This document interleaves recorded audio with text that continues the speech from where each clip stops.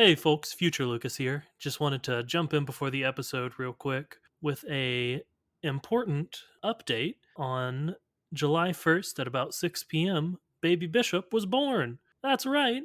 John had a baby. I quite frankly don't believe it either. But that means a couple things. First off, what you need to do is you need to pause this episode and either go onto our Twitter or open up your email and send a congratulations to John and Lizzie and their baby. You can do so. This feels weird to do at the beginning of the episode. You can do so at the Kachat or thekachat@gmail.com. I know it means the world to John. But two, while Baby Bishop did come at a very thematically good time right after our 100th episode, it was still a bit early. Very inconvenient and inconsiderate of this less than a week-year-old baby. So that means I haven't really done all that much vis-a-vis getting guest hosts together. So I'll probably need about 2 weeks to get that together. I'll keep you updated on our Twitter when we're coming back, but just expect next week, maybe two, probably no new episodes. That being said, it's already a long episode, so I'm going to stop talking. And, well, what's going to happen is you're going to hear me talking immediately again, because the first thing that you hear is me saying, "Hey, folks, it's us, podcasting Wonderkins, John Bishop and Lucas Southworth." So, anyway, that's going to happen right now. Hey, folks, it's us, podcasting Wonderkins, John Bishop and Lucas Southworth. Although this is a podcast about cars, it is not age appropriate for the target demographic of these films, as we usually end up talking about the reproductive organs of Lightning McQueen. All right, now let's take a look under the hood.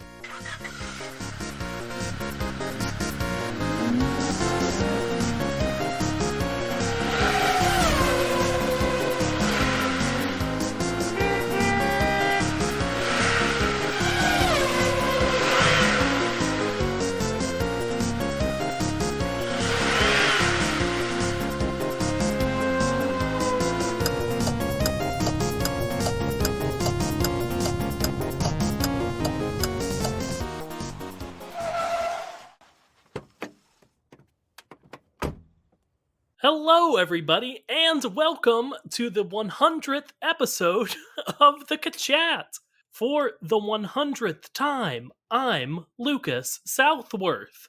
And I'm John Bishop. Probably not for the 100th time for you.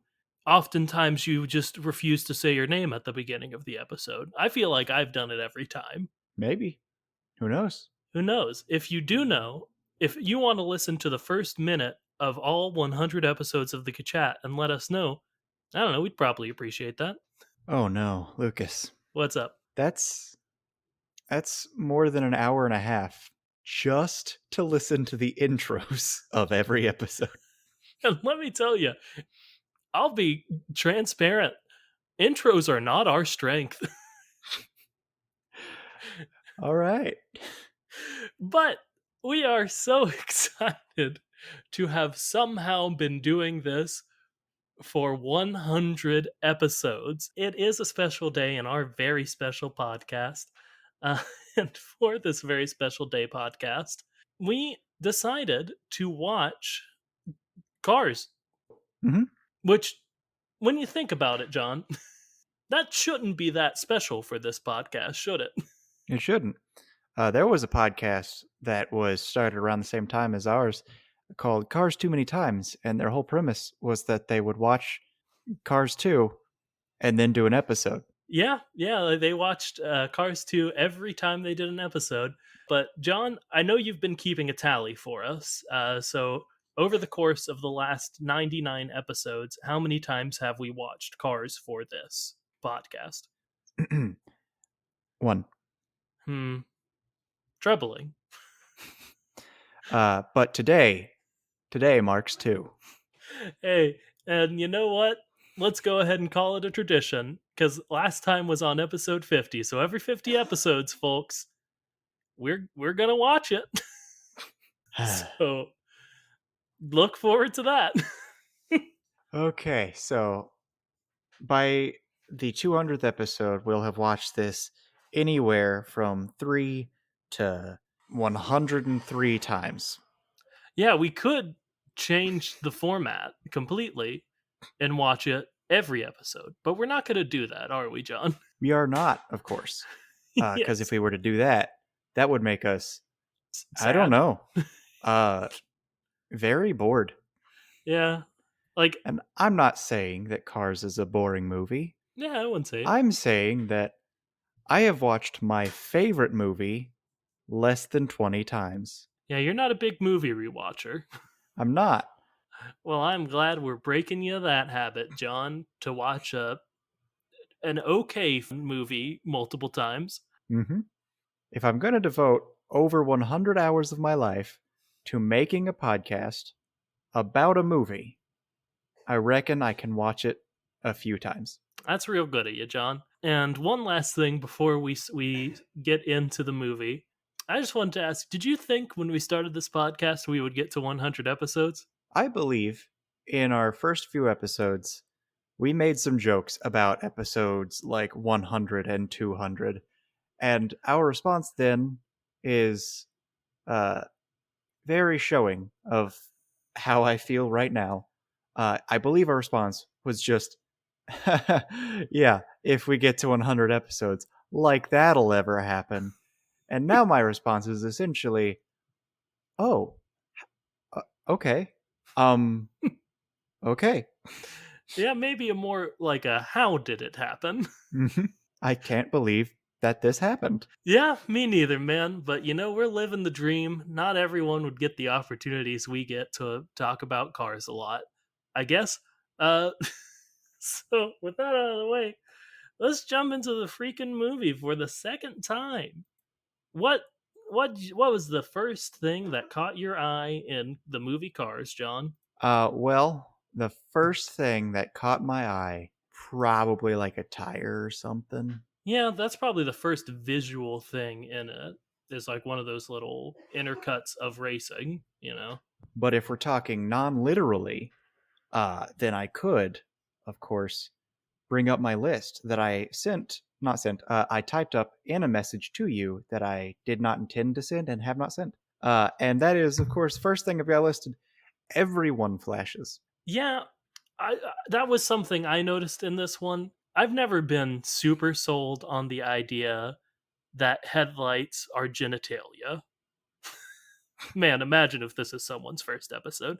And I imagine it will be someone's because I imagine I'll be like, "Hey, we've done 100 episodes. Come check it out." So yeah, sorry, we're talking about car genitalia, but we also warn you about that in our disclaimer. Uh, so anyway, I've never been sold on the idea of headlights as genitalia. Of course, the evidence for that comes from this movie where Mia and Tia, the two twins, come up to Lightning and are like, "We're your biggest fans." And then they go, "Ka-chow!" And they're Miatas, so their headlights pop out and are on.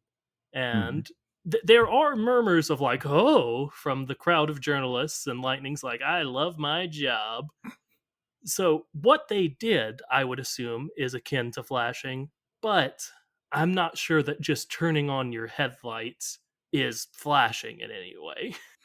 See, it's hard to say because you think about the fact that they did the wave, the audience did the wave, and everyone flashed their headlights. And then Mia and Tia do it, and it's got an implication of sexuality. And then there are other things throughout the movie that make you think, okay, what is sexuality in this world? Yeah. One example is, of course, a man showing what seems to be his scrot to people that he's never met before, showing off his job, how good he is at tattooing his own scrot. And then there's the fact that although she's clearly embarrassed when someone spots it, good old Sally has a thing that is colloquially known as a tramp stamp, Oh, she sure do. which implies to me that, like, her lower back, an area that is somewhat risque and viewed as like somewhat sexualized, is just always out there, always visible. And then these girls flash their headlights, which aren't always visible, but for most people are visible. And then this man has to have a special system where he can hydraulically lift himself so that he can show off his scrot. So, like, I'm thinking that the sexualization of body parts is clearly based only on implication. So, you have to be doing it intentionally for it to be sexual. So, I think headlights might still be some form of genitalia. Yeah, I like what you're saying that just like those things were viewed sexually because Ramon, who John was talking about, and Mia and Tia were intending them to be sexual. I could see it go further and just like, I don't know, Mater swings his hook around and he wants it to be sexual, and people can just sort of tell. And they're like, oh my gosh, Mater, stop. So I do kind of like the idea that just like sexuality, like physical sexuality is just shown through whatever body part you want if you put enough intent behind it, which is interesting. Okay. I like that. I'll say I'm going to do two real quick of things I noticed. The first is super short. We've spent a lot of time in later episodes being like, they probably eat, right? They eat, Hmm. right? And then, like, in the first lines of the first movie, Lightning McQueen says, breakfast. Should I have eaten breakfast? So, yeah, they definitely eat. Yeah, Brekkie would go real good right now. Yeah, like, it's explicit.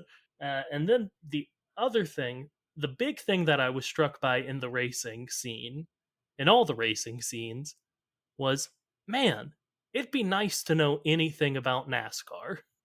Yeah, I was thinking about that when I saw the yellow car, a car that I've seen many times and I've always been confused about, but I've never asked enough. I've never looked it up and never tried to figure out what's up with this car. All I could tell is that if he hadn't gotten in front of the car, he would have been a lap behind. Not sure why, but it's a thing. Yeah, so I don't know, man. uh I mean, we're doing a bunch of guest spots, so if you listening to this know a lot about NASCAR, send us an email or tweet at us or something. We would probably like to have you on because this leads into my other point, and it's a point we've made, so I won't belabor it. But like Chick Hicks, man, it's blatant how much he rams other cars, and I know that can't be legal. All right, so I'm just going to say something that's really close to the end of my list. A character near the end of the movie asks the question, is pushing on the last lap Yes, legal? I wrote down about the exact same line for the exact same reason, but go ahead.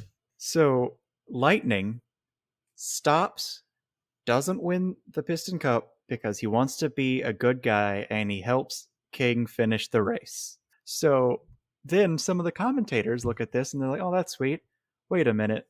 Is pushing legal? The only reason King nearly died was because he had been pushed by a person who, throughout the entire movie, had pushed a lot. And I don't mean pushed to like, oh, nudge them forward so that they can complete the race.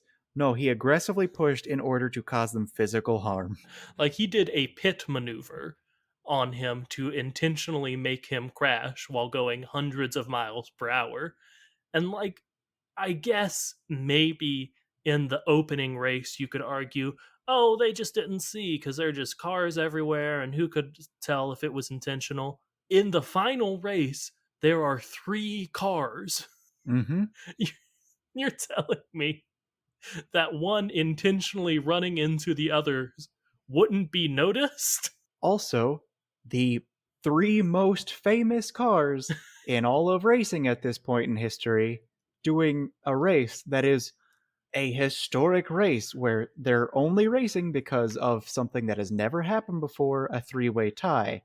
This is an extremely important event, and no one noticed that one of the three hit another of the three. They didn't look at two of the three people. I guess, but I'm pretty sure we litigated this a lot in episode 50, so we can move past it. It's just still wild.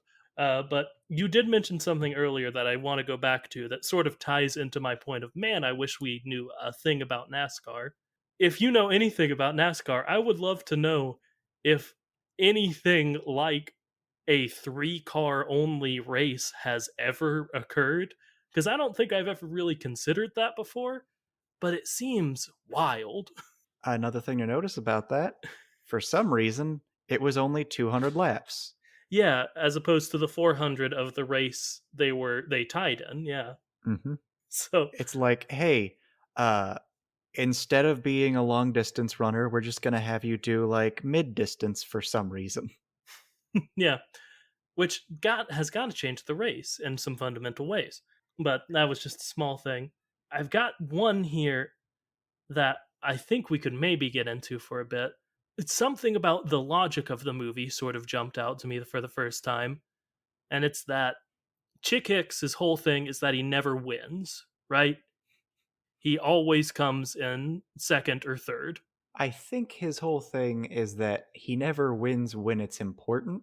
Yeah, because that's what confused me is that his whole like character is I always am coming up behind the king and now Lightning McQueen now that he's involved, but also he was tied for first in points for the season, which can be easily explained of just like even though the king and Lightning got first a lot, they maybe performed much more poorly than Chick and some other races. Hmm.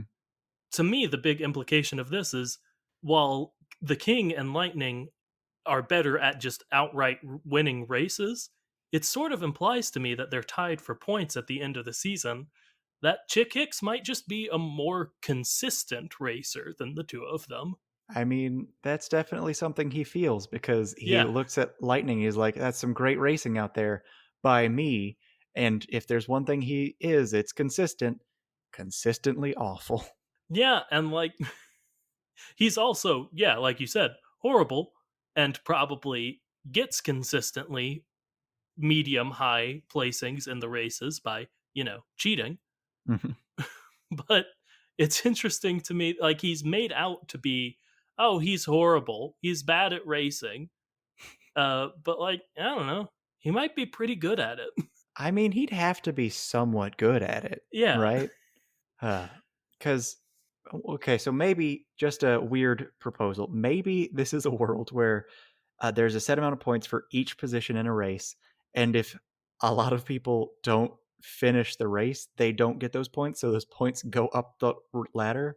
So maybe that's how he's gotten so many points, is just he basically kills a bunch of racers in the middle of the race and gets their points. Yeah, maybe. That would. Man, we've called it a blood sport before for the reasons we've outlined with our issues of Chick Hicks's racing style, but that would encourage the blood sport a lot. Hmm. And clearly there isn't enough discouraging it. Yeah, that is true. Okay, you got one you want to get into? I've got a decently sized list. We've talked about this before. I am confident, but they make another drug joke of everyone's always lit. Yeah, they sure do. I think we talk about that in the Rusty's brother episode Hmm. because I mean it's what they said. Like the track's always lit, and then he says, "Ah, well, so's my brother, but he still needs headlights." Let's go on to Mac has a camera that is invisible. Yes, that was one I noticed too, and like it may be that we just don't see it. I don't know, but he has like a way to video chat with Lightning while Lightning is in his truck, and the angle just doesn't make a lot of sense for Mac. Does that imply anything, or would you just maybe call it a plot hole, or do we just not allow plot holes and we have to fill them? Is that the point of the podcast? um, well, I don't want to allow a plot hole, but at the same time, it's just there's a camera where there isn't a camera, and that's just upsetting because how do we explain that other than unreliable narrator, which is something I can easily get into. There's several bits of evidence, and this is not the way you're supposed to do things scientifically speaking, but if you're looking for it, you can tell Mater is some sort of divine being controlling everything. Yeah, if you're watching specifically for that, you can draw some conclusions. Mhm. All right. So there's a camera there. I don't know what to make of that. And then we've mentioned it before, I'm sure, but Harv is just a Jewish man. he either is or for some reason he's appropriating the culture of. He speaks Yiddish, Yeah, yeah. so there's that. Yeah, which is interesting. I mean, we've confirmed like real world religions exist, which I do want to. While we're on this subject, I'll bring up a point from my very last point. In fact, The end credits. yes, I've got a point that's probably a different point, but I also do want to talk about what you want to talk about. they we've got a confirmed use of Chrysler instead of Christ, which I always assumed was a joke we just made. Didn't you? Yep. I don't know if to this day I've seen this and just forgotten about it or what, but there's an end credits and it's Van and Minnie and she is exasperated. They're both clearly going to die Yeah. and she says Chrysler clearly in reference to Jesus Chrysler. Yeah, she says for the love of Chrysler, which is wild. And I know we have talked about that end credits bit before because we talked about the fact that Minnie and Van are definitely going to die of exposure out in the wilderness, Mm-hmm. which sucks, but they should have taken the directions, I guess. Yep. And like one thing I want to talk about with that, my last note is again, yeah, Minnie and Van die for sure. Yeah. And there's a lot to say there, but and I'm sure I've hit on this point before. The man literally has a GPS inside of him. Yeah, that's How did what they get lost? yeah, I'm sure we've talked about that. Cuz Hmm. like what a wild thing to say, but I don't remember coming to any meaningful conclusions about it. It's a critique on this masculine idea of you're supposed to be a wayfinder. You know the way, you can figure it out, and you don't ask for help. But seriously, these two people for sure gonna die, despite the fact that they have a GPS. Like built into your being. Mm-hmm. So, what's up? No idea. And one little tidbit that really got me going. He's got a luggage carrying device on top of him. Yeah. And What's in in the that? end, he's got a bunch of plants growing out of him, including there.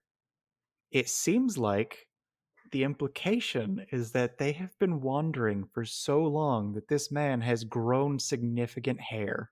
It's no good. It's no good. Minnie and Van are dead, and I'm sorry to be the one who had to tell you. Oh boy. Okay, so yeah, that happened. Yeah, I've got one that one a quick one, maybe not a quick one. We'll see. There was a line, a very throwaway line. It's when Mac gets to California, and it's revealed that lightning wasn't in his carrier, and it's the Can I guess paparazzi. you the line? Yeah, go for it. What did I forget to wipe my mud flaps? No, that one's good, and we should talk about it. After this one of the paparazzi shouts, "Is it true he's going to pose for Car Girl?" Okay. Yeah. Okay. So there's porn.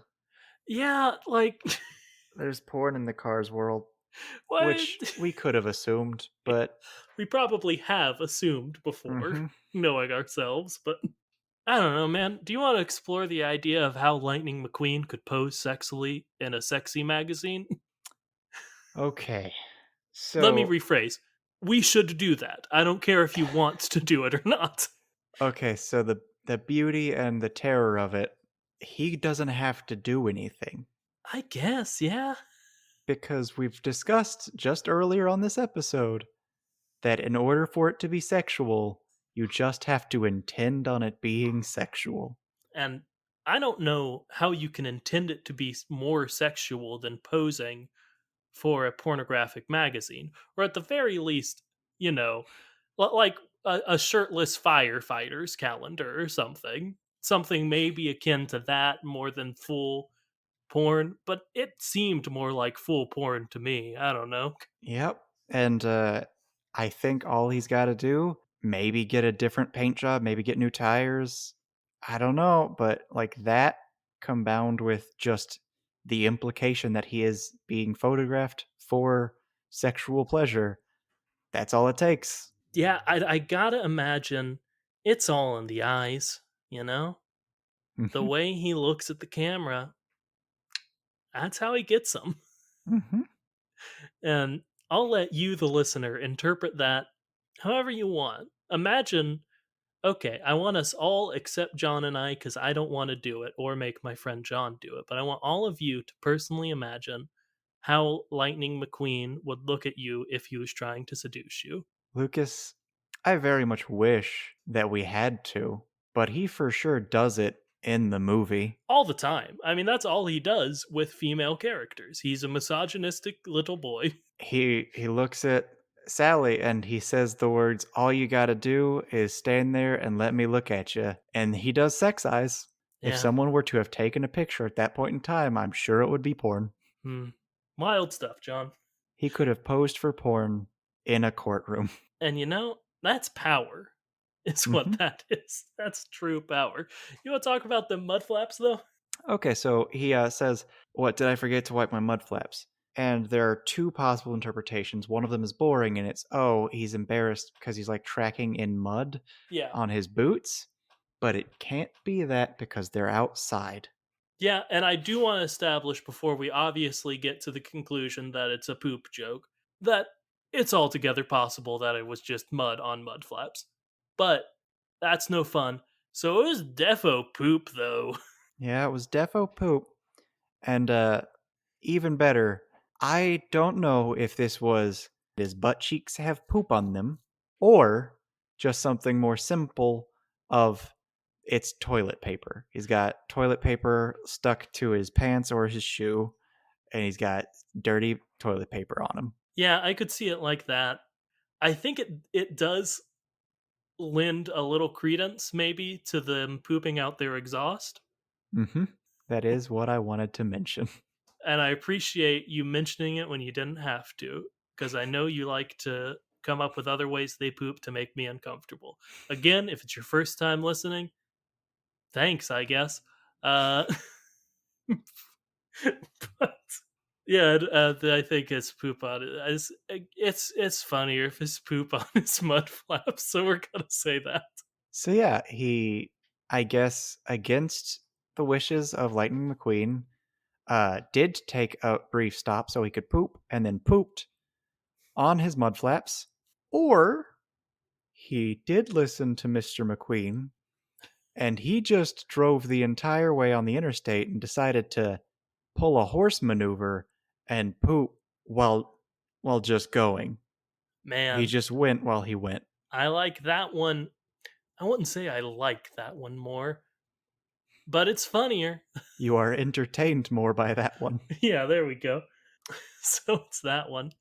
Hey, can we talk about Jay Limo's horrible, horrible chin? And like right off the bat, I get the joke. Everyone jokes about Jay Leno's chin. So when they introduce the character Jay Limo, they made him have a weird chin. But it doesn't make any gosh darned sense for a car to have a chin. What are you talking about? John, It's just a tiny little dent in the front of a car that's for some reason got a very, very large front. it's an enormous outward dent, is what it is. Yeah. N- So, Nigh tumorous is what it looks like to me. It I looks mean, I mean that could be the explanation, but it looks like he's got a big horrible growth on his face cuz it doesn't make sense for cars to have chins, John. And man, do I want the diecast of Jay Limo now. so he's got a big chin. Why does he have a big chin? Because Chewing, it's funny, I guess. I guess. Maybe in this world he is also the Crimson Chin. Ooh, but the blue bottom of the head. All right, let's get back to the order of my list. Next on the list, Lightning is really dumb. He is Himbo King, I guess. He's just like so dumb. What is the first thing he does? He's trying to find Mac. Where would Mac be? Who knows? Well, I know one thing for certain. I'm clearly an hour or so into my journey. It's nighttime, so I haven't gotten all that far. towards California.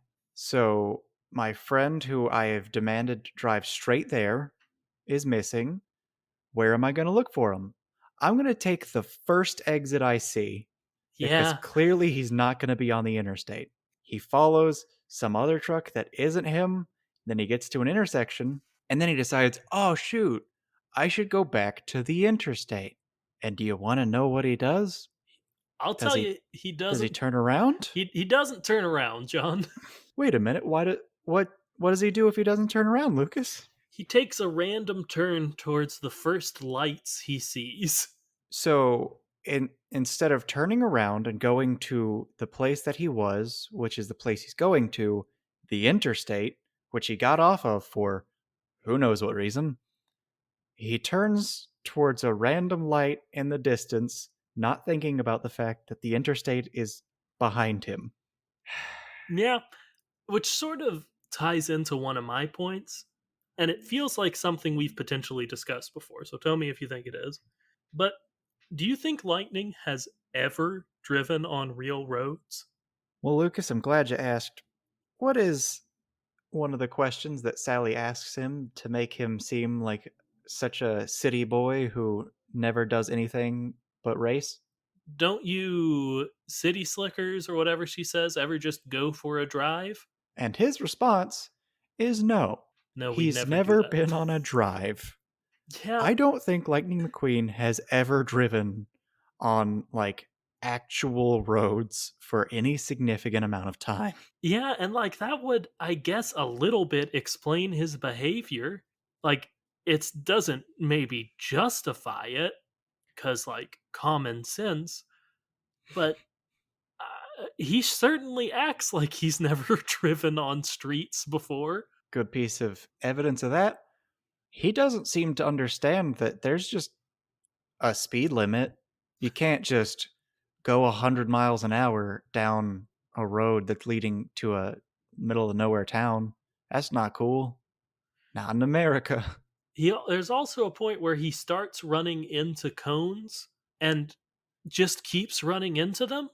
So you could say he runs into them because he didn't see them because he doesn't have headlights, even though those cones were lit. Sure, he didn't see them. But He then like, hits them and has no idea what to do. And this and several other times, he doesn't do something that is a basic function of every car. I don't know if this man ever seems to intentionally brake. yeah, yeah, When he's about to run into a barbed wire fence, what he does is he says no and then just keeps going forward. Don't hear any tire screeches. You don't hear anything resembling him trying to brake. No, he just goes into it. He doesn't stop when he's about to hit the small cones. He doesn't stop when he's about to hit the big cones. What does he do when he hits the big cones? He just starts twirling around really fast. What does he do when he can't make a turn? He doesn't slow down. oh no, like, and again, it all sort of makes sense for a race car. I mean, I guess he stops for pit stops, so he knows how to brake. Lucas, But he famously is terrible about that. yeah, but like he physically does stop when he needs a pit stop, even though he doesn't get the stuff he needs or do as many of them as he should. He Uh, does that in the like 200 lap race intentionally. But I think there is a point to be made that in the scene in which he stops and refuses tires while he's getting his gas, there's a chance that he didn't stop intentionally. He just legitimately ran out of gas. that's fair enough. And much like some other stuff, it's funnier to me, so I'll say it's what I think. And my evidence for that is the man drives until his tires explode because he's not good at getting things when he's going to need them. So clearly, the man could run out of fuel in the middle of a race because he's just not thinking about it. Yeah, And he I also doesn't seem to have a good sense for how much fuel is in his tank. You know, our example is when he's in the town, someone takes the boot off and he drives like crazy, and gets stopped like a mile outside of town. Yeah, that's he should be able to tell how much gas he has somehow, right? You'd think so. Like You'd think people so. like in this society, people would have to know how much gas they have. But he's surprised when he runs out. So like he should either have some sort of visual indicator of how much gas he has that he can see somehow, or he should just be able to feel it. But he's surprised. Man, that's a good point, John. He doesn't know how much gas he has. He doesn't ever stop intentionally unless it's the very end of the movie. And Yeah. okay, this one is weird. Okay.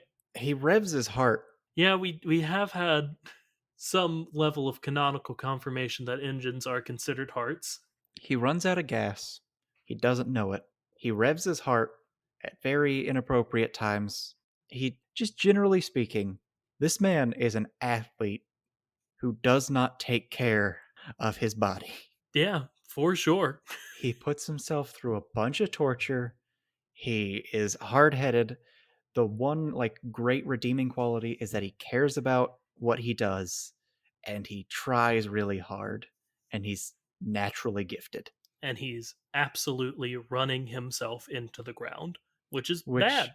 further example is that like 13 years later he's completely ruined. His body is just old and ravaged by time. Yeah, it's not good. But Radiator Springs was founded in 1909. I don't have like a point about that. I just noticed it on Stanley's statue and thought it was interesting. Yeah.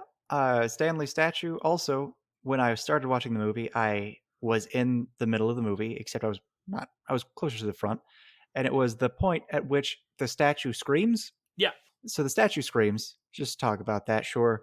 And then one thing about the statue: there's a giant golden tooth in the statue, yeah, and the amount that tooth is worth could probably have saved the town for years.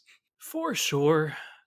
First off, if you want to know why we say that the statue screams, A, there's literally a sound effect when it lands of a ghostly scream. B, listen to our episode on Radiator Springs 500 and a half, in which it's literally canonically haunted by Stanley's ghost. But yeah, that's a big expensive gold tooth. You sure are right. Hmm.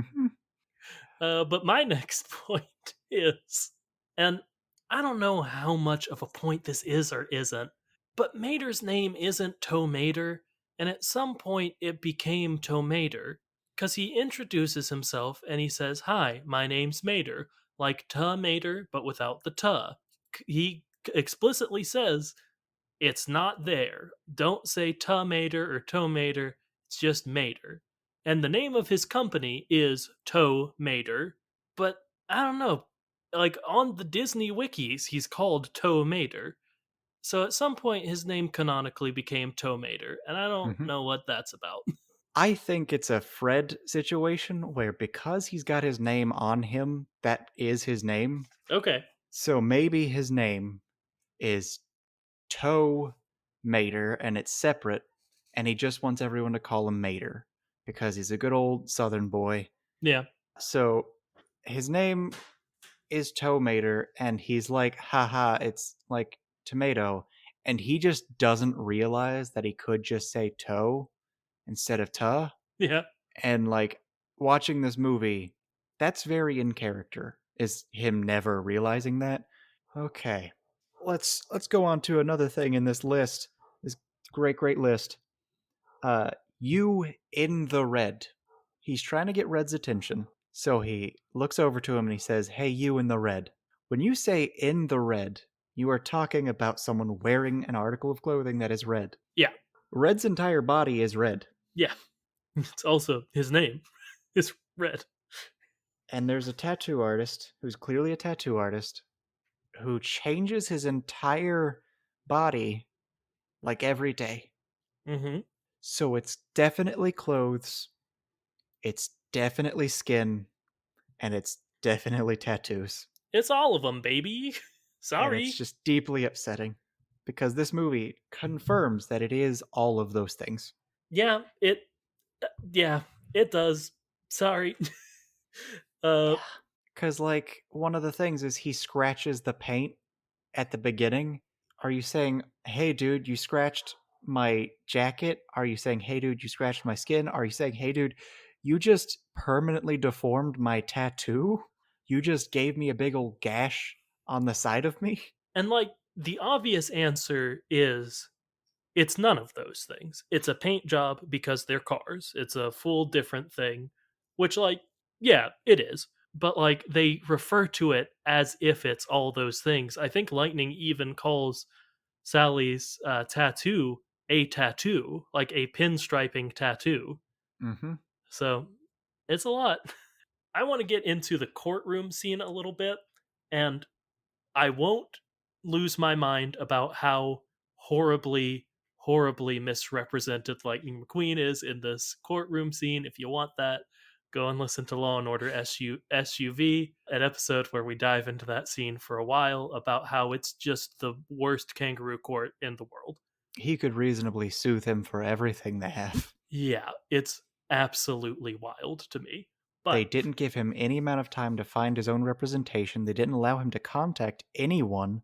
They just sentenced him, forced him to accept representation that he did not want, charged him $32,000 for that yes, very bad representation, forced him to do manual labor with extremely unsafe equipment that burned his flesh. and forced him to sleep outside until his crush took pity on him.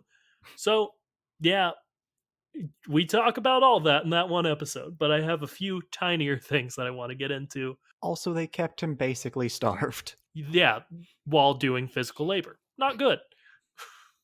But one of them you mentioned, which is the $32,000. I just wanted to bring it up because a lot of times you insist money isn't a thing, and bada bing, my dude, $32,000. It's mentioned. I'm moving on. He mentions $32,000. And also, the people around town keep trying to get him to buy stuff, and he does, and gets Somehow, everything fixed without having anything on him. no, I agree with you that money doesn't make sense. I have always agreed with you on that. But sometimes you say, what if money just isn't a thing? And it canonically is. Uh, It could just genuinely be a joke thing, which is somehow worse. two other tiny things about the courtroom scene. One, tiniest thing in the world, there are a bunch of ceiling fans in there, so I guess they get hot. And that's weird to me, Mhm. but not weird enough to really justify a lot of discussion about it. Very true. Also, how do they pull the pull cords? yeah, yeah, yeah. Okay. Just some things I noticed. Mater mentioned the roads on the moon Yes, I wanted to talk and about that. implied that they would be very smooth. Yeah, I definitely wanted to talk about the roads on the moon because obviously it was intended. As Mater's dumb, he doesn't know there are no roads on the moon.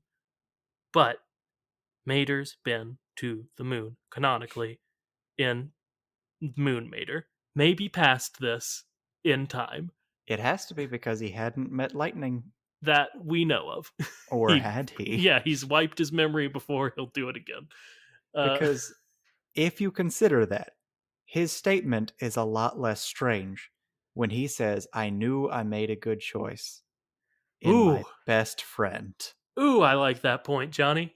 Because if he's just some country bumpkin who has known this guy for a day, and he's saying he's his best friend after a day, that's sad and very, very overly attached very quickly. But if he's been torturing this man by removing his memories like every few days just for funsies, it makes a lot of sense. Yeah, if you don't know, we're talking about Mater's Tall Tales, which Mater does something wild, and Lightning's like, "No, you didn't," and he's like, "You were there," and he's like, "No, I wasn't," and then it's implied at the end that, "Oh, it was all true. Sorry," which is why we think Mater has god powers. But And some physical evidence for how this could be in the future of their relationship is that in one of those episodes, you see Mater lose one of his headlights. mm, yeah, you He, do. You're he loses a absolutely right. headlight in one of the Mater's tall tales, and that means that the tall tales could take place before the events of Cars, meaning that he knew Lightning before he met him. Yeah, maybe Mater just like Lightning was questioning too much of like, well, how did I get here? Have I always been here? What's going on? And Mater was like, okay, I gotta give him a backstory. I've gotta insert some memories, so let's do it from the top. And then he used his god powers to make a backstory that happened, and Lightning never questioned it again. Mhm. Uh, so there are roads on the moon also, There are roads on the moon, and for some reason, the roads on the moon are a lot more smooth, I guess. but not as smooth as the road that Lightning made. So they're pretty smooth, but not as Hmm. smooth as just like a pretty well made road. Which is strange because, a bunch of craters and lakes on the moon. Yeah. So there's a secret society of maters living on the moon. Hmm. Something. That's what I'm going to say. All right, and now let's get to a point that's deeply upsetting for me to think about and admit. There is another character who is very, very capable of wielding his body as if he had a hand. Yep, that is my exact next point. Are you talking about Luigi cleaning the window? Hmm. Yeah. And he did it with his antenna. Yeah. One of their hands, Luigi just uses his antenna incredibly dexterously. Hmm. Better than people tend to be able to use their hands. Like, it, if you were to program a robot to clean a window, he'd do it with that much precision, which I guess Luigi is a robot. Maybe. We don't know. But it is a blow to one of their hands. I'll fully admit that and own it. And I don't have a lot of examples. That was the one that's significant to me, but I'm pretty sure it happens throughout the movie where, like, various people use things that aren't hands as if they were hands. Yeah, like Ramon somehow has his paint attached to his wheels in a way that they really don't show you the mechanism, almost certainly very intentionally. It's just kind of glued to the side for some reason. And somehow it activates when he wants it to, which Hmm. maybe he could like plug it into a port and it like attaches to his wiring or something. I don't know. But I will say something back in one of their hands' favor. You couldn't wield something very heavy with your antenna at the very least. You'd think that, but I don't know. Because, like, it depends on how heavy we're talking, of course. Like, you couldn't lift up another car, but that, like, dexterous nature, he was clearly having absolutely no difficult with the squeegee thing. And then there's the girl who is a child who's got this very large toy thing on her antenna that she's waving back and forth. And that could be a pretty substantial weight, especially for a child. And it's just something she's wearing on her hand. Yeah, but at the very I'm saying that they couldn't like pick up large stones or something to like do hard manual labor. Like they can pick up things we could pick up with one hand probably to maybe a bit of a lesser extent, but like I still think it's more limited than just a set of hands. Strength wise, Yes. I would probably say that their antenna is equal to a human hand, but not like a strong human hand, just a normal person. Dexterity wise, maybe better. For Maybe better. sure. For sure. Because he's just a guy who sells tires and he's amazing at cleaning windows. And maybe he's just amazing at cleaning windows. We don't Nope, know. he also paints. No, wait, that was That was that Guido. was Guido who was painting at the same time. Seems like you should paint then wash the windows to get the paint that got on the windows off. Hmm. But what do I know? Maybe that's what they did for the inside and he's going to swap to outside. Who knows? Now, interesting thing I wanted to talk about. Uh, there is a point at which he's got his new tires and he's getting a paint job, and they've covered up his tires. They did not cover up his windows. They sure didn't, did they? He does close his eyes and hold his breath, I believe, but like Huh. that seems super risky. And it brings me to the point of there are several times in this movie where I'm forced to confront the fact that it would be so easy to blind yourself in this world. Considering the amount of times that people ran into fields of cacti. Yeah, I still. Okay, I always assume there is a pane of glass in between their eyes and the world. Like, their eyes are behind the windshield and also the size of the windshield. Do you assume that or no?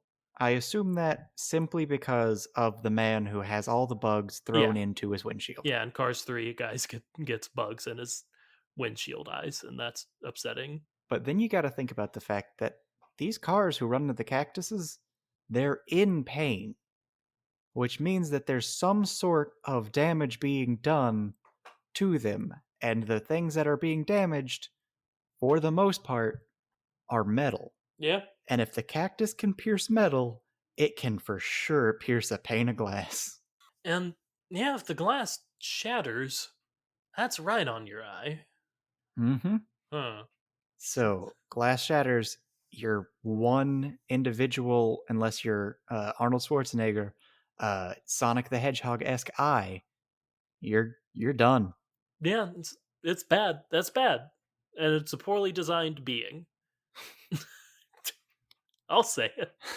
Whatever divine being designed them needs to do a second run at that. Maybe make them bipedal and based.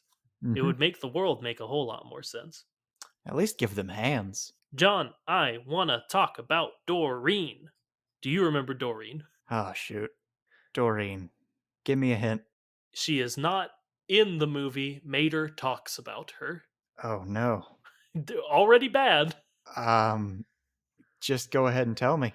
Yeah, when Mater and Lightning are talking about Lightning's very obvious crush on Sally, Mater says, "Shoot, I once had the biggest crush on this girl named Doreen. She was the prettiest car I ever seen. Oh, I I, got it. yeah, I'm gonna try and finish. He described her as looking like a Jaguar, but a truck. yeah, a Jaguar with the body of a truck, which I don't know. I would, I would like to see that because it sounds weird and interesting. And what did he used to do to get her attention? John, he used to crash into her to get her attention. Which this is just another of the many, many examples I have.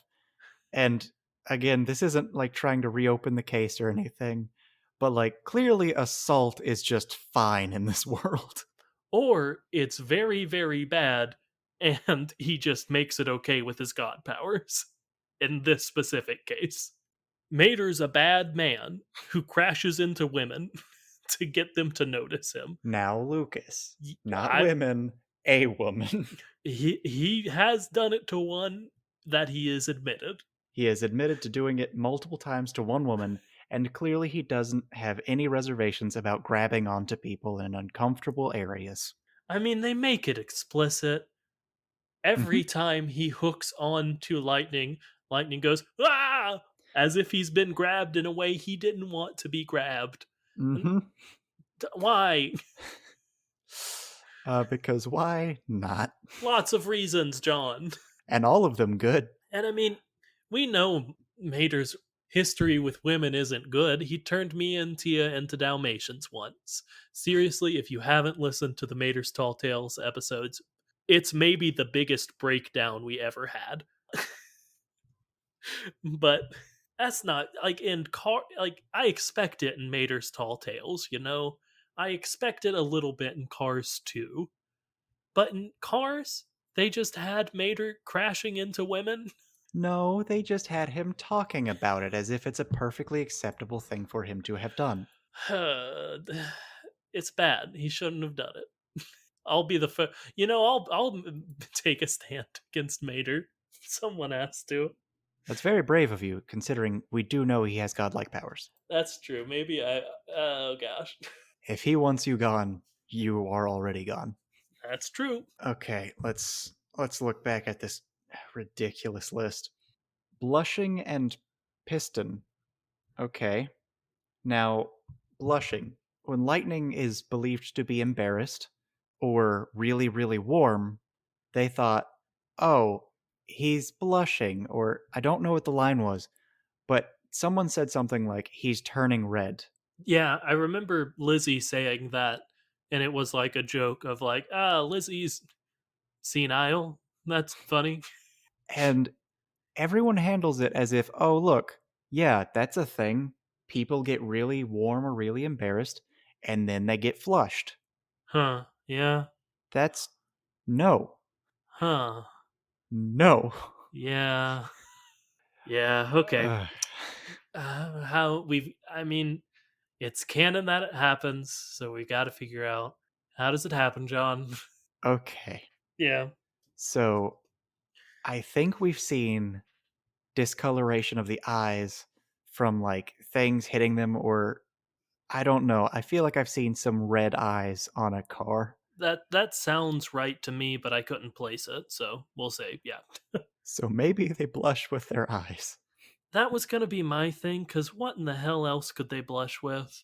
Well, Lucas, that was my thing, so you gotta say the other one. I don't have another one. Lucas, how do car blush?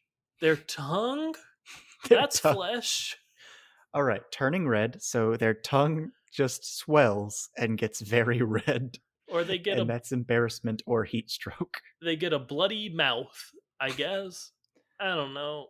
That does get me to another point of mine, in a weird roundabout way. There was a bit where Mater was asleep, and to show this, they showed him either drooling or his nose running. I would assume drooling. And that drool was pitch black oil. Well, Lucas, as we've discussed, he's clearly a divine being. Sure. And what do we know about divine beings with some sort of black ooze emanating from them? I would love for you to tell me what we know about that, John. They're demons. Oh, cool. Oh, that So is very supernatural. Yeah. yeah, he's Mater's a demon, and we just gotta accept that. Maybe he's a Leviathan. Who knows? No matter what, he's got some crazy powers, and he's a demon.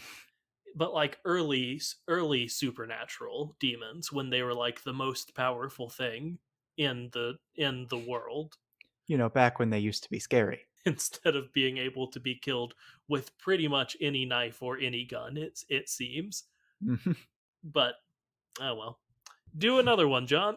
Okay, okay. So the joke, he did what in his cup, fundamentally doesn't work Yeah.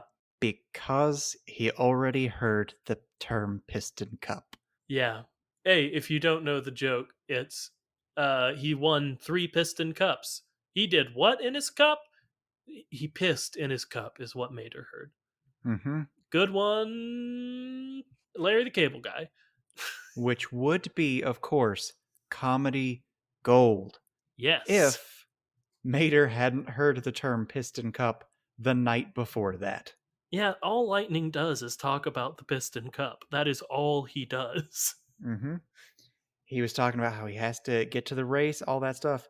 And I can confirm that the night before that, he at least heard one time Lightning talking about how he needs to win the Piston Cup.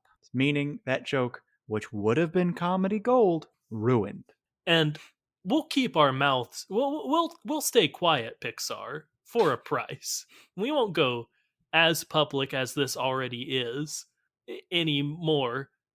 If you send us, like I don't know, like $20 each would probably do it.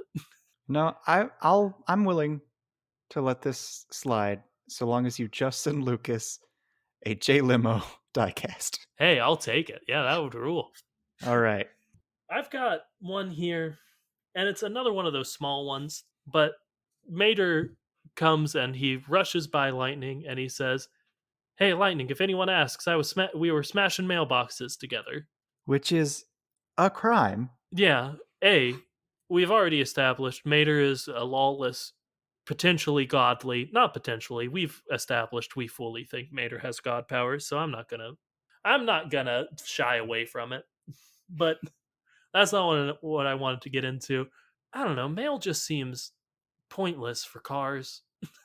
Well, you need mail if you're a race car because Yeah. famously Race cars don't have phones, Yeah, in Cars 3, they say about 6 times race cars don't have phones and never explain why they say that.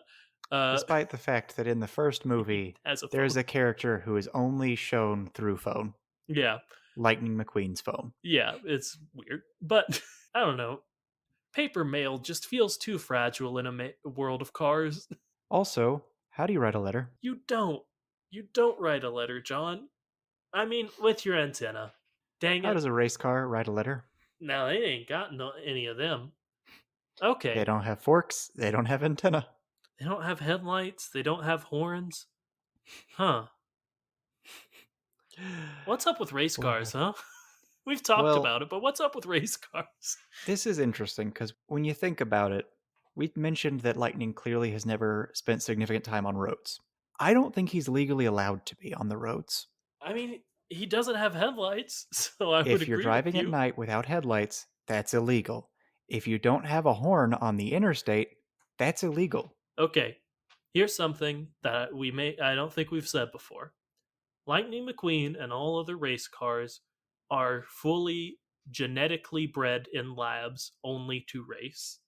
And I think all the stuff we've just said about how they don't have essential car parts is a thing. All the stuff about they've never driven on real roads is evidence. But also, Lightning even says, I am a precision instrument of something in aerodynamics, talking about himself as if he was like designed for this, Hmm. which of course would make sense if he was just a car and not a living being. In the third movie, that's just confirmed again. Yeah. That's all the new racers are, is just better engineered cars. And like, thank the manufacturer is a line in this. So there's like a god figure who's the manufacturer. So everyone potentially was made in like the great factory in the sky and or just somewhere physically on Earth. Hmm. But Okay, so somewhere physically on Earth, there is another divine being who somehow is related to Jesus Chrysler. I mean, I gotta imagine he's Jesus Chrysler's father. He did manufacture him. Now, the virgin birth, we can't get into that right now. We can do an episode exploring Christianity if we want, but we can't get into that right now. Okay. Okay. If you want to go further with that, feel free. I was just gonna say Mater is the oppositional force to that because he's a Absolutely. being of destruction and mischief, so Mater's the devil. But on a much lighter note, who fixed the neon? That would, of course, be. You remember. Hey John, Lightning was there, and then he helped everyone by uh, hey John, Protect. who fixed the neon though? Uh, Neon is such a precision, like very specialized thing to know how to fix. mm-hmm. And the way to fix neon is to replace the bulb or have a good amount of skill or know how with wiring and the ability to execute any sort of changes with that. And a supply of the gas neon. Mm-hmm. So So clearly, Lightning McQueen, they claimed he helped fix everyone's neon.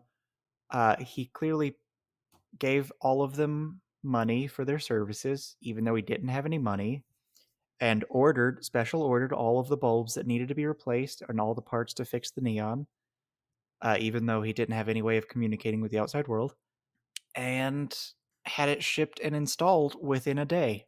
and this one feels a bit more than usual of us just picking on an obvious plot hole, which again is the concept of the podcast. I don't know where you're surprised, but it feels like this one's just a genuine plot hole that they made in their movie as opposed to like us asking how cars have sex. See, it's a problem when the plot hole is also a major plot point. Yes, that's that's what I was going to get to. It's so important to the plot that the neon gets fixed. It's why Sally cemented her feelings for Lightning McQueen because he helped bring the city to its old glory somehow.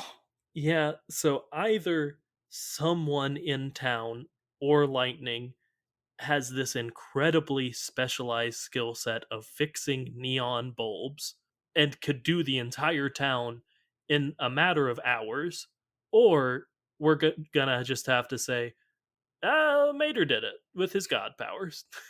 A well-known, well-explored, obvious commentary to make about this whole movie is that in a lot of movies there's a gimmick, and the gimmick in some way serves the plot. And the gimmick in this movie is that they're all cars. Yes. And the problem with that is that it in no way needs to be that way. Yeah, It could just be a race car driver. They could all just be people. And the fact that they're cars, not only does it not serve the plot, it actively creates problems that they never bother to fix. yeah, the fact that they are cars is about the world, not the story. Hmm. And and genuinely, if you're just if you want to just watch the movie and be like, "Yeah, they're cars, who cares?" That's a wonderful way to watch the movie and my recommended way to watch the movie. It's, I would say, the right way to watch this movie. Yeah, like who cares? They're cars. But it just man, it invites so many questions, and that's why we do a podcast about it. Uh but if we skip over to when the paparazzi finds Lightning McQueen, once again, there were a couple of throwaway lines in there. And I'm not going to talk about thank the manufacturer. We've talked about thank the manufacturer to death. But there are two little things that the paparazzi say. And the first one, I'll admit, maybe I misheard. So we can throw it out if you like, but I'm almost certain one of them saw his white walled tires and said, "Are your tires balding?" And I just don't know where to begin with that. Okay, tires balding is a thing. Okay. That's not what it is. Yeah. When your tires are balding, it means you need to get new tires because the treads are gone.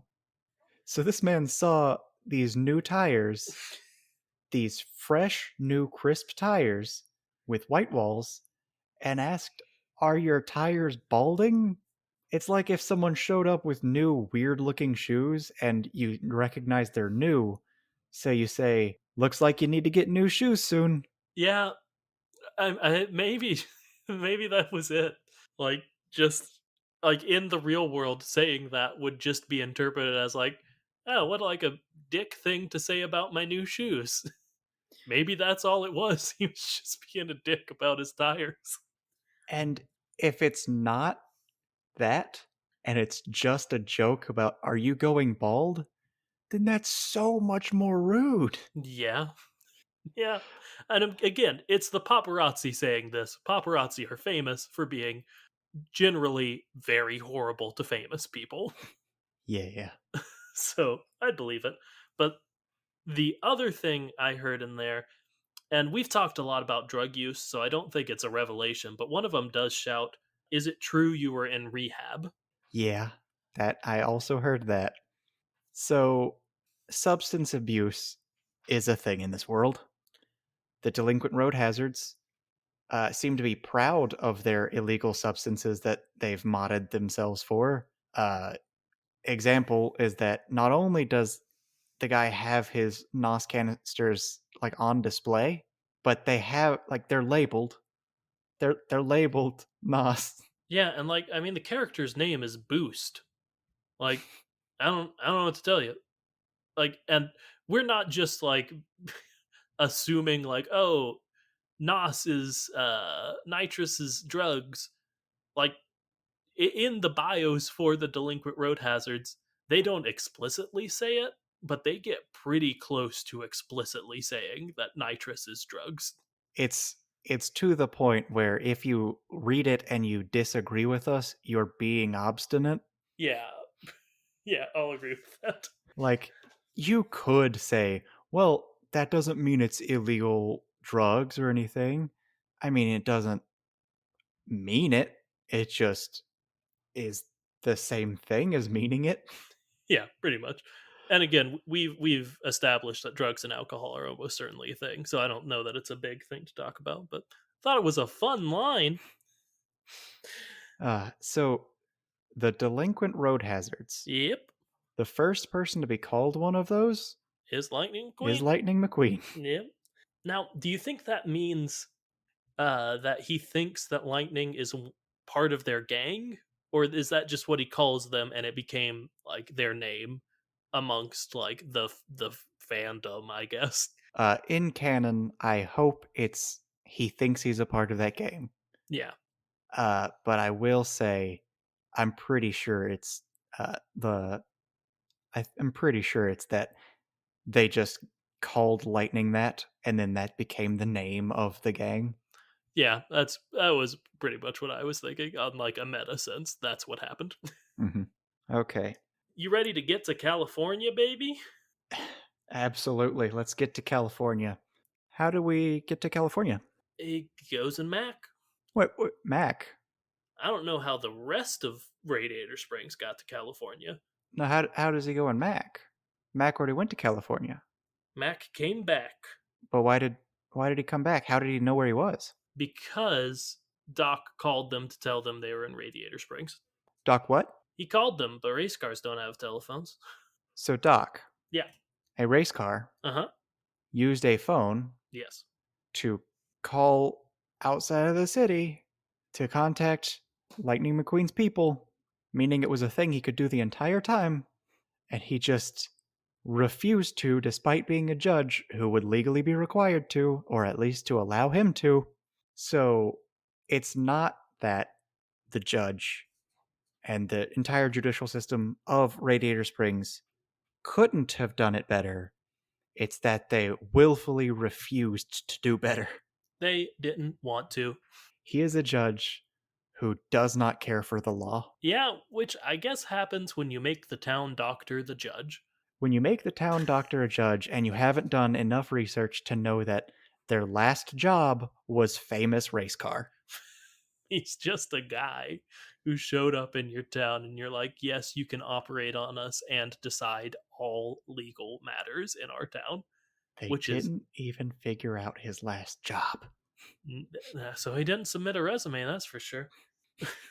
But when they leave Radiator Springs, go back to California, there's a bit where I gotta stop you right there. okay, What does Mac say when he sees lightning? I don't remember. Well, aren't you a sight for sore headlights? Why wouldn't they have eyes? They have eyes Why wouldn't they just say sight for sore eyes? because they wanted to make it a car thing. Yeah, that one doesn't even like require meta discussion. That's them actively ignoring their own world and Yeah, how it works. they have eyes. And there is one character that makes that statement much, much worse. Yeah, And that is, of course, one Celine. of your diecasts. Yep, Celine Default, who shows up in Cars 2 and has eyes in her headlights for some reason. We don't know why, but it's a scene that happens. It doesn't affect the plot. Can I leave Radiator Springs now? Absolutely. Okay. They get to California and they're talking about how like unprecedented the race is and how it's the biggest deal in the world and like places are closing for it. And I want to go through they show like a business, and then a school are closed for it. And then there's an entire city that on the like welcome to whatever city it was sign hangs another sign on top of it that says closed for race. So the whole town is a lot, Hmm. You can just close anything and everything if sport. which does fully feed into like what we've talked about in the past of like, hey, racing is the thing in this world. Like it is the sport, it is the source of entertainment. Like it is the biggest thing in the world. And yeah, they closed a full town for it. Probably more than one, but we see one for sure. Yep, closed a full town for it.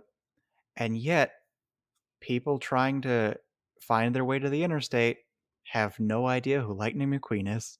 This Yeah, entire town of Radiator Springs, no idea, even though we do know that they've listened to racing news on the radio.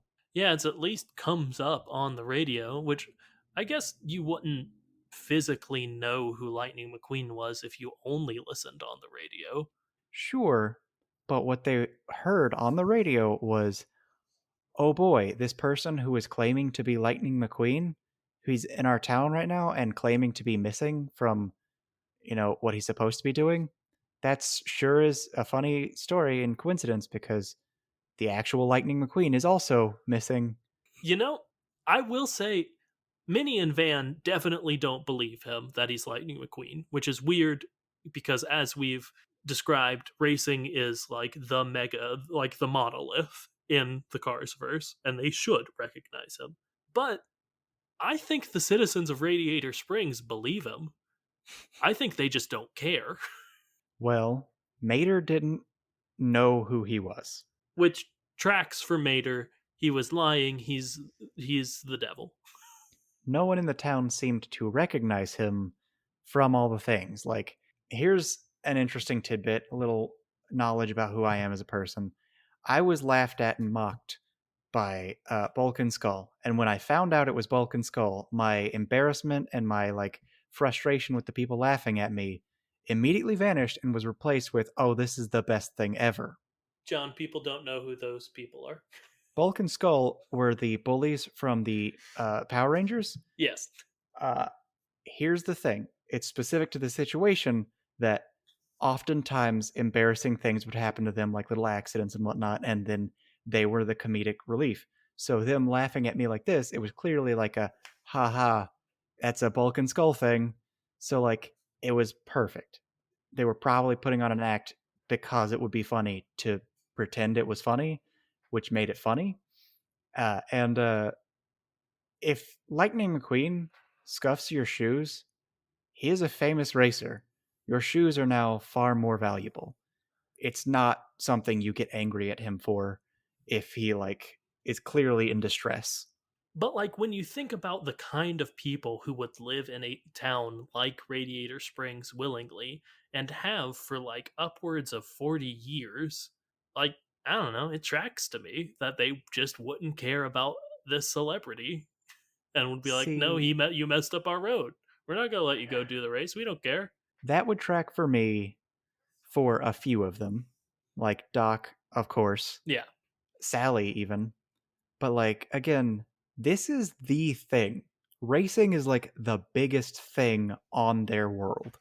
So the fact that not a single member of that town thought, "Oh, this is Lightning McQueen," and was impressed and celebrity struck, starstruck, and just thoroughly amazed and impressed and wanting to be his best friend because of that. That's insane to me. To me, I think it makes a little more sense to me, but I see where you're coming from, definitely. And again, Minnie and Van not recognizing him makes no sense whatsoever. Yeah, especially because they're exactly the type of people who feel like people who are out in the middle of nowhere are just all crazy.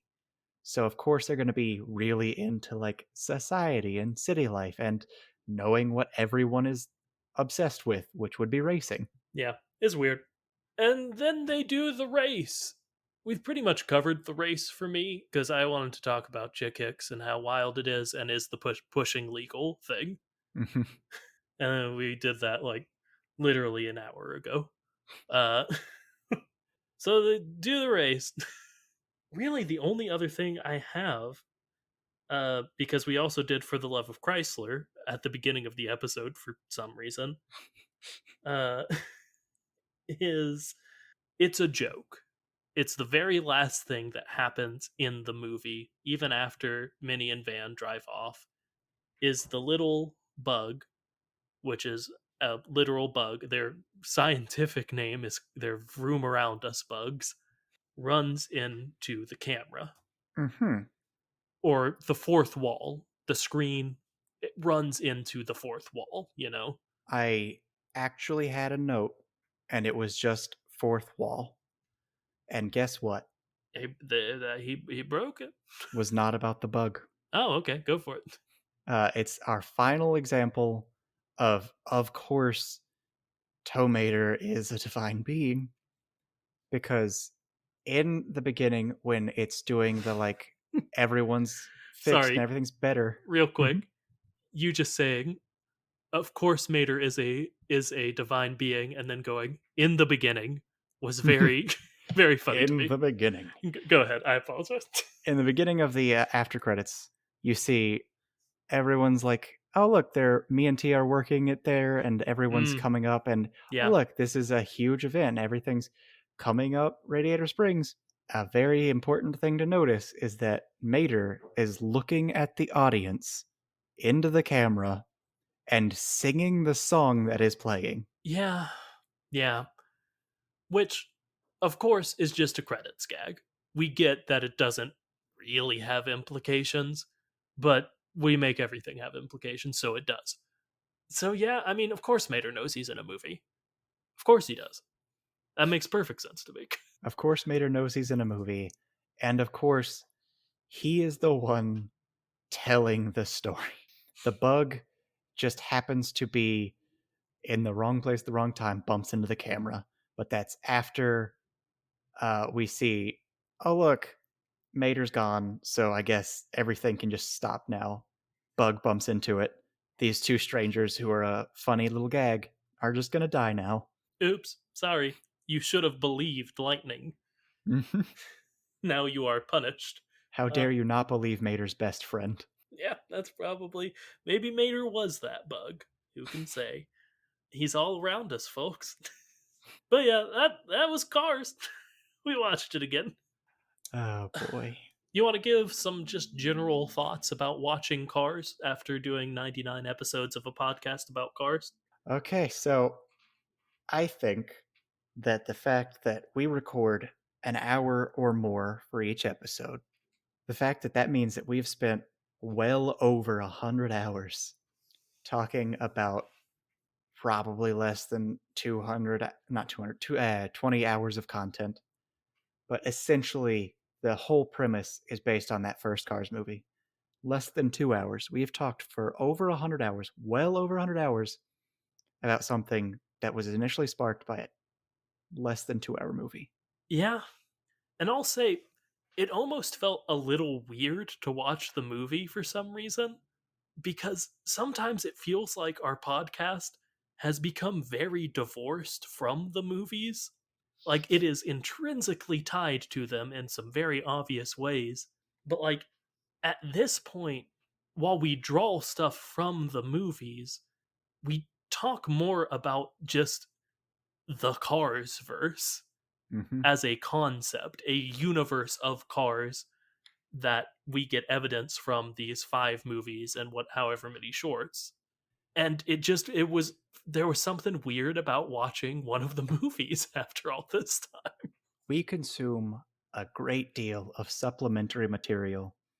And the problem is, supplementary material is supposed to, I don't know, make something better, make the main course nicer in some way. It's like we're eating dessert, except we have eaten dessert for 50 times longer than that first movie. Yeah. And to get back to the main course for a second, felt like good. I was like, "Oh yeah, we should definitely do this every once in a while. Obviously, we should definitely do this." But Uh, yeah, there was just some odd feeling that I couldn't really place while watching it.